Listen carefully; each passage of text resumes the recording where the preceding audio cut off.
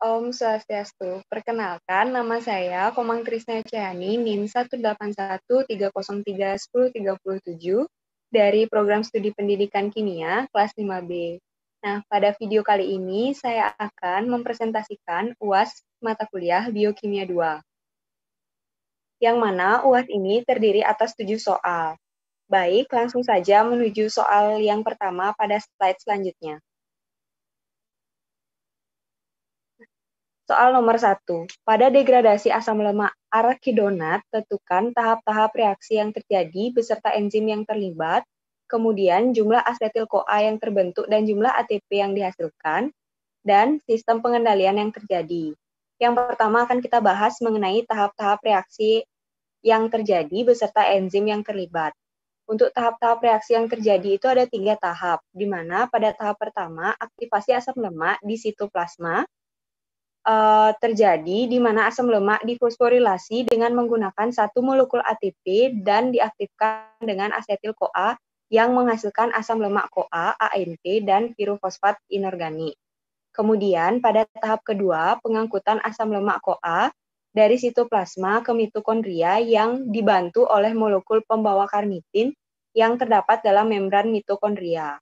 Kemudian tahap ketiga yaitu tahap terakhir di mana reaksi beta oksidasi berlangsung dengan 6 tahap yang meliputi dehidrogenase 1, isomerasi bentuk cis ke trans yang dikatalisis oleh enzim enoyl-CoA isomerase, kemudian hidratasi, yang keempat ada dehidrogenase kedua, yang kelima ada pemecahan molekul dengan enzim B ketoasil-CoA tiolase, kemudian yang terakhir ada proses degradasi asam lemak lanjutan. Kemudian untuk slide selanjutnya yaitu yang dibahas mengenai enzim-enzim yang terlibat, kemudian jumlah asetil-CoA dan sistem pengendaliannya. Untuk enzim-enzim yang terlibat di dalamnya itu ada beberapa enzim. Yang pertama itu asil-CoA dehidrogenase, enoyl-CoA isomerase, enoyl-CoA hidratase, beta-hidroksil asil CoA dehidrogenase, dan yang terakhir beta-ketoasil-CoA tiolase. Untuk jumlah asetil-CoA yang terbentuk dalam, untuk jumlah asetil-CoA yang terbentuk dan jumlah ATP yang dihasilkan, untuk rumus mencari jumlah ATP tersebut sudah tertera pada slide, di mana totalan jumlah ATP yang dihasilkan dalam proses ini ada 130 dan jumlah asetil-CoA yang terbentuk ada 100. Kemudian selanjutnya itu mengenai sistem pengendalian, di mana pengendalian jalur utama beta oksidasi merupakan ketersediaan asam lemak. Sumber utama darah yaitu pemecahan simpanan triasil gliserol dalam jaringan adipose yang dikendalikan oleh kerja lipase triasil gliserol sensitif hormon. Pemecahan dan sintesis asam lemak dikendalikan secara bersama sehingga dapat mencegah siklus yang tidak berguna. Kemudian selanjutnya untuk soal nomor 2, jelaskan mekanisme metabolisme tahap-tahap reaksi kolesterol dalam tubuh manusia dan mengapa kelebihan kolesterol itu berbahaya bagi kesehatan. Nah, kolesterol sendiri sebagian besar disintesis di dalam hati dan sedikit oleh kelenjar adrenal, testis, kulit, serta usus. Metabolisme kolesterol itu dibagi menjadi 3 tahap yang akan saya bahas pada slide selanjutnya.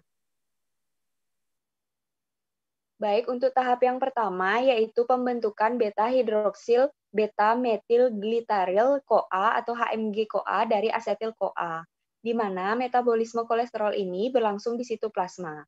Asetil-CoA yang dihasilkan dari asam lemak atau pirufat dari mitokondria akan dikondensasi 2 molekul asetil-CoA untuk membentuk beta-ketobutyril-CoA atau aseto-asetil-CoA dan dikatalisis oleh enzim tiolase. Reaksi berikutnya akan berkondensasi kembali dengan satu molekul asetil-CoA membentuk HMG-CoA yang dikatalisis oleh enzim HMG-CoA sintase. Kemudian slide selanjutnya akan membahas mengenai tahap kedua,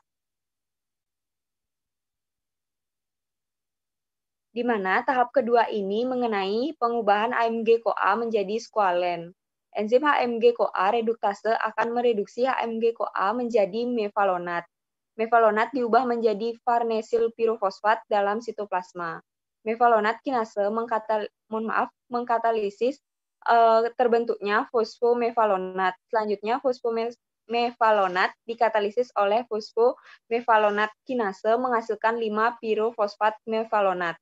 Kemudian diubah menjadi isopentenil isopentenil pisofosfat yang selanjutnya akan diubah menjadi isomernya yaitu dimetilalil pifosfat yang dikatalisis oleh isopentenil pisofosfat.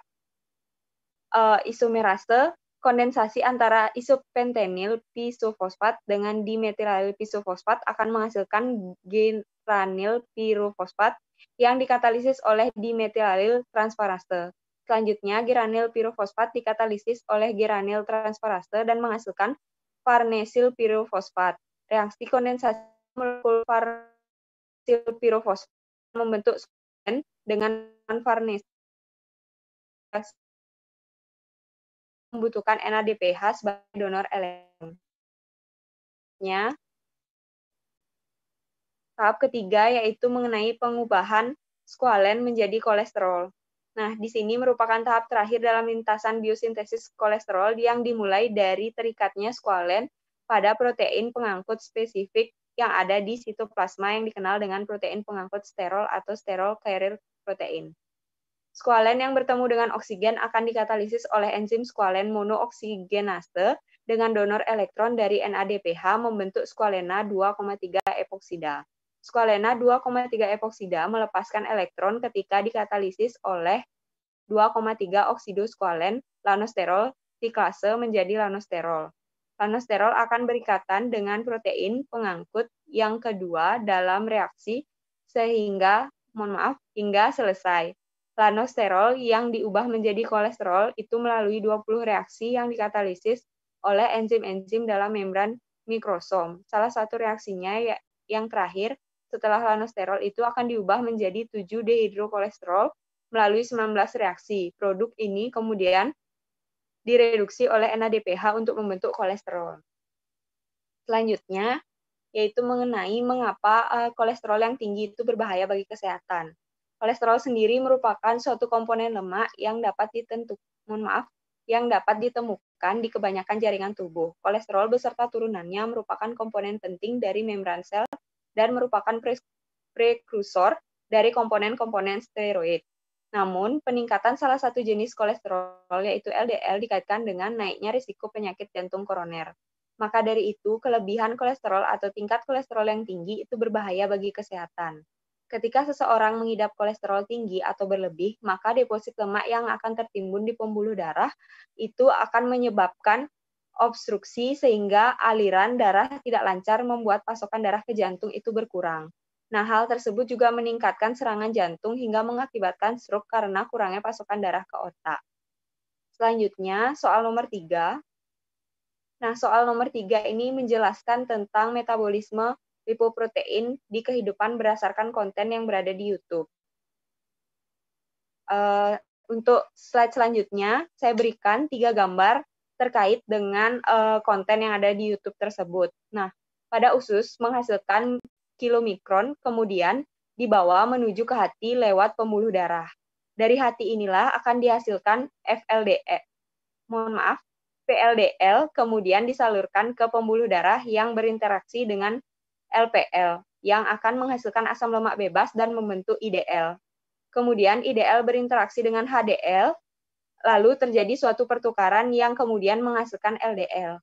Nah, lipoprotein sendiri terbagi menjadi 5 jenis, yaitu ada kilomikron, VLDL, kemudian IDL, HDL, dan LDL.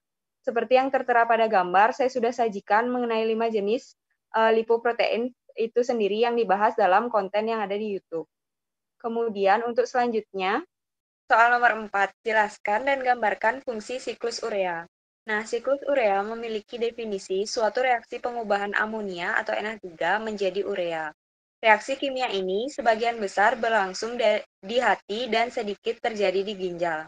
Tahapan reaksi pengubahan amonia menjadi urea terdiri atas 5 tahapan reaksi atau siklus urea, di mana 2 tahapan terjadi di mitokondria dan 3 tahapan lainnya terjadi di sitoplasma. Amonium dikonversi menjadi urea melalui siklus urea, di mana amonium sangat beracun bagi tubuh sehingga perlu dikeluarkan dari tubuh. Berkat aksi enzim dalam siklus urea, organisme ini dapat membuang amonium yang sangat beracun bagi tubuh. Maka dari itu, siklus urea ini sangat penting bagi tubuh. Slide selanjutnya,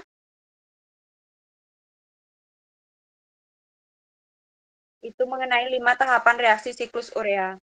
Nah, tahapan yang pertama itu dengan peran enzim carbanoil fosfat sintase ion amonium bereaksi dengan karbon dioksida menghasilkan carbanoil fosfat. Dalam reaksi ini dibutuhkan energi dari ATP. Kemudian, yang kedua itu dengan peranan enzim ornitin transkarbanoilase, carbanoil fosfat bereaksi dengan L-ornitin menghasilkan L-citrulline dan gugus fosfat dilepaskan. Kemudian selanjutnya yang ketiga itu mengenai peran enzim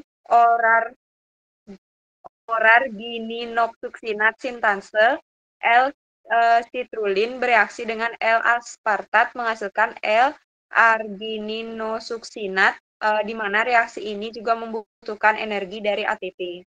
Selanjutnya yaitu tahapan keempat dengan peran enzim argininosuccinat liase L-argininosuccinat dipecah menjadi fumarat dan L-arginin. Dan yang terakhir yaitu tahapan kelima dengan peranan enzim arginase penambahan H2O terhadap L-arginin akan menghasilkan L-ornitin dan urea. Kemudian selanjutnya yaitu soal nomor 5 yaitu mengenai fungsi metabolisme asam nukleat yang meliputi degradasi asam nukleat atau pirimidin dan purin serta biosintesis purin dan pirimidin bagi kehidupan.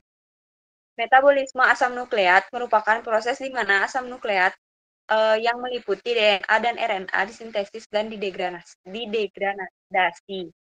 Asam nukleat memiliki peranan penting sebagai pembawa informasi genetik, mengontrol susunan senyawa dalam sel, aktivitas sel, dan susunan protein jaringan tubuh.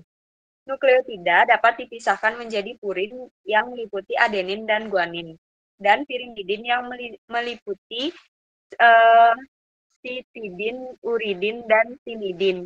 Beberapa fungsi penting asam nukleat adalah menyimpan, mentransmisi, dan mentranslasi informasi genetik, metabolisme antara intermediari metabolisme, dan reaksi-reaksi informasi, koenzim pembawa energi, koenzim pemindah asam asetat, zat gula, asam amino, dan biomolekul lainnya, seperti koenzim reaksi oksidasi reduksi.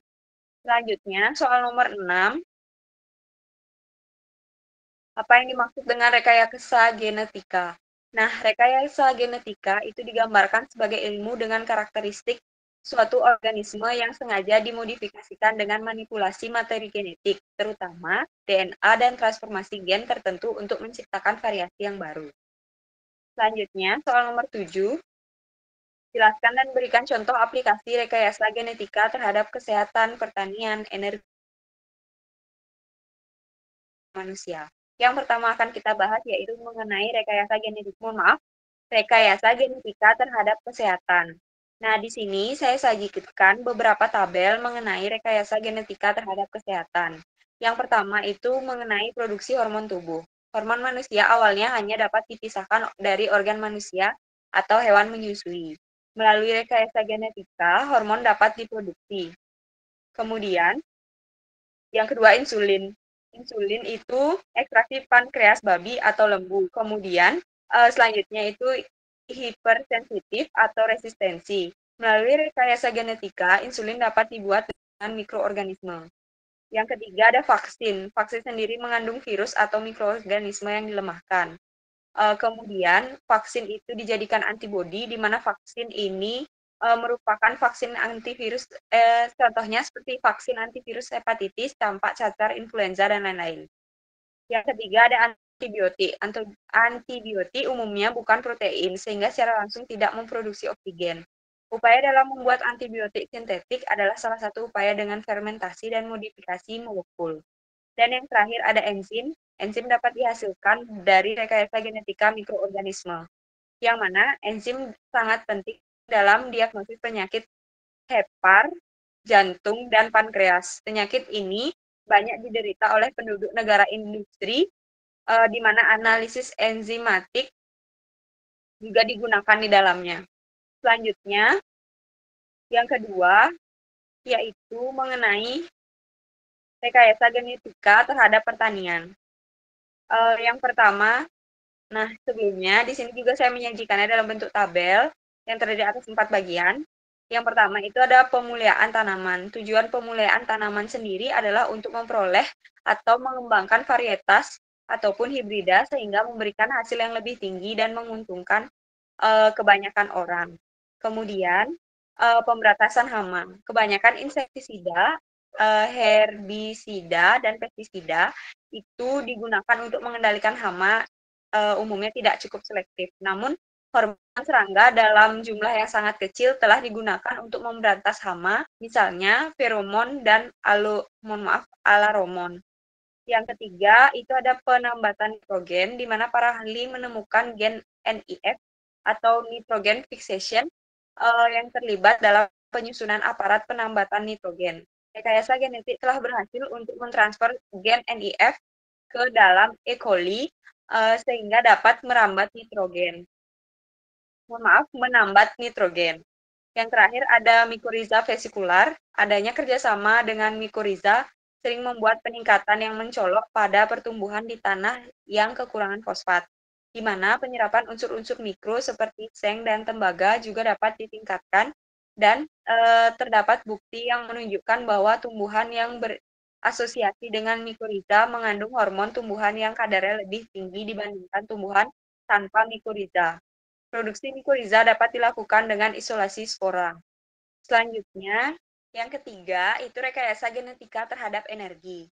Salah satu bakteri rekayasa genetika yang baru ini adalah dapat mengambil karbon dioksida dari udara dan mengubahnya menjadi energi.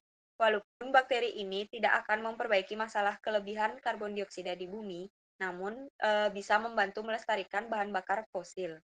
Selanjutnya, yaitu yang keempat, mengenai rekayasa genetika terhadap proyek genom manusia. Nah, genom manusia dapat digunakan untuk memprediksi berbagai penyakit. Dengan ilmu kedokteran prediktif, dapat diketahui kemungkinan seseorang mengalami penyakit kanker dengan analisa terhadap kombinasi gen-gen yang dimilikinya. Tujuannya adalah untuk memetakan genom manusia hingga tingkat nukleotid atau base pair dan untuk mengidentifikasi seluruh gen yang ada di dalamnya. Untuk mengidentifikasi seluruh gen yang ada dalam data tersebut yang lumayan besar, ini mengembangkan lebih cepat lagi metode yang lebih efisien untuk konsekuen DNA dan analisis sekuen dan peralihan teknologi di bidang industri ini.